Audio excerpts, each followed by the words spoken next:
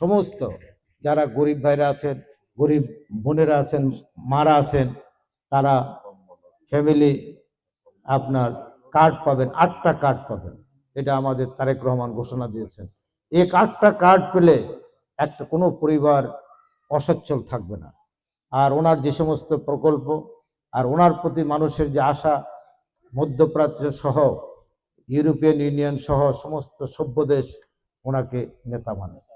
অতএব ভদ্রলোককে জিয়া রহমানের উত্তরসূরি বেগম খালেদা জিয়ার সন্তান বীর উত্তম শহীদ প্রেসিডেন্ট জিয়া রহমানের লন্ডনে উনি যে এখানে লেখাপড়া করেছেন বিগত 6টি বছর একাধারে, সেখানে ইউরোপের সমস্ত যারা আগামী দিনের নেতা হয়, কাউন্সিলিং করার নেতা হন, উনি সেই ইউনিভার্সিটিতে 6 বছর একাধারে লেখাপড়া করেছেন। বিশ্বের যে কোনো রাষ্ট্র পরিচালনা করার জন্য উনি যোগ্যতা অর্জন করে বাংলাদেশে এসেছেন। অতএব একটি আধুনিক মনস্কামনা, এটাই যোগ্যতা সম্পন্ন নেতা। তারা বলে, কেউ বলে ঠাট্টা করে এনি ইন্টারমিডিয়েট পাস, আরে তোর দাদা 14 গোষ্ঠীও এই লেখাপড়া করে নাই পৃথিবীর, যেটা তারেক রহমান যে লেখাপড়া করে আসতেন। আমি লন্ডনে গিয়েছি, যাওয়ার পরে একটা চিঠি দেখলাম এম এ খান, মাহবুব আলী খানের মৃত্যুবার্ষিকীতে। সেখানে চিঠিটা ওনারা লাগিয়েছেন। সেই চিঠিটা লেখা হলো 2টি ব্যক্তির নামে, একটা হলো মাহবুব আলী খান আর ওনার সহধর্মীর নামে। সই করেছেন কে? হাতে লিখেছেন কে? রানী এলিজাবেথ। রানী এলিজাবেথ তাদেরকে অভিনন্দন জানিয়ে একটি চিঠি দিয়েছেন।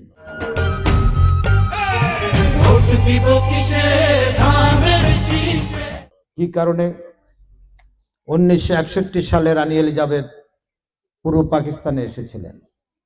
তখন মাহবুব আলী খান সদ্য ব্রিটিশ রয়্যাল নেভাল একাডেমি থেকে সদ্য আপনার লেফটেন্যান্ট হয়ে পাকিস্তানে এসেছেন। তখন তিনি অলরেডি ক্যাপ্টেন হয়ে গেছেন। অতএব একজন, এবং উনি ওখানে ফার্স্ট হয়েছিলেন। আইয়ুব খান, এই তারা বন্ধ করে, কথা বন্ধ করে। আইয়ুব খান তাকে তো দায়িত্ব দেবে। ঢাকা শহরে কোনো বিল্ডিং ছিল না, কিছু ছিল না। আজকে যে সুগন্ধটাই দেখেন, আইয়ুব খান ব্রিটেন থেকে ইঞ্জিনিয়ার, মিস্ত্রি, ডাক্তার সব নিয়ে এসেছেন। রানী এলিজাবেথের জন্য একটা বিল্ডিং তৈরি করেছেন, রানী এলিজাবেথের জন্য রাস্তা করেছেন। রানী এলিজাবেথের প্রোটোকল অফিসার কে? মাহবুব আলী খান। আর এলো আরজুমান বানু, এলো মাহবুব আলী খানের সহধর্মিণী। উনি কে? তারেক রহমানের শ্বশুর এবং শাশুড়ি। এবার আপনার আরেকটা সুখী হবেন জানলে, ইউরোপের 54টি দেশে সমস্ত ডাক্তাররা পরীক্ষা দিয়েছেন FRCS পরীক্ষায়। এই 54টি দেশের মধ্যে জুবাইদুর রহমান প্রথম হয়েছেন, ফার্স্ট হয়েছেন। 54টি দেশের, ইউরোপের, আমাদের দেশ না।